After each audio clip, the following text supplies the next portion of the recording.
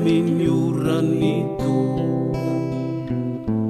no izao vao mba tonga ifona sao aty efa biby ity foko efa midy taizanao vony ao reraka no izao vao ibebaka sady tsy tompo ivavahana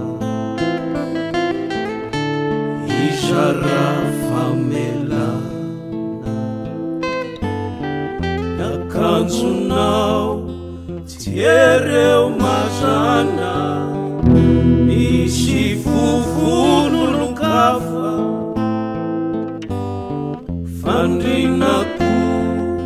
tsapa mafana fa voateo izy no lasa fa voateo izy no lasa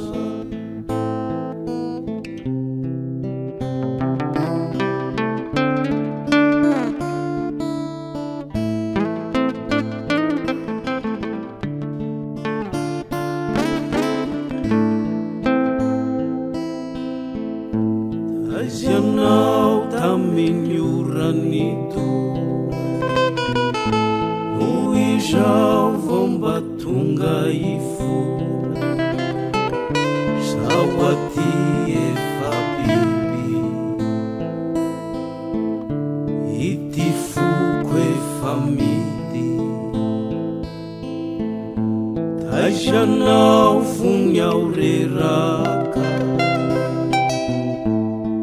izao vao ibebaka sady tsy tompo ivavahana izara famelana ny akanjonao tsy ereo mazana misy vovonolokafa fandrinako tsapa mafana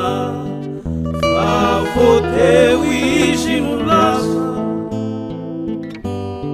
fa voateo izy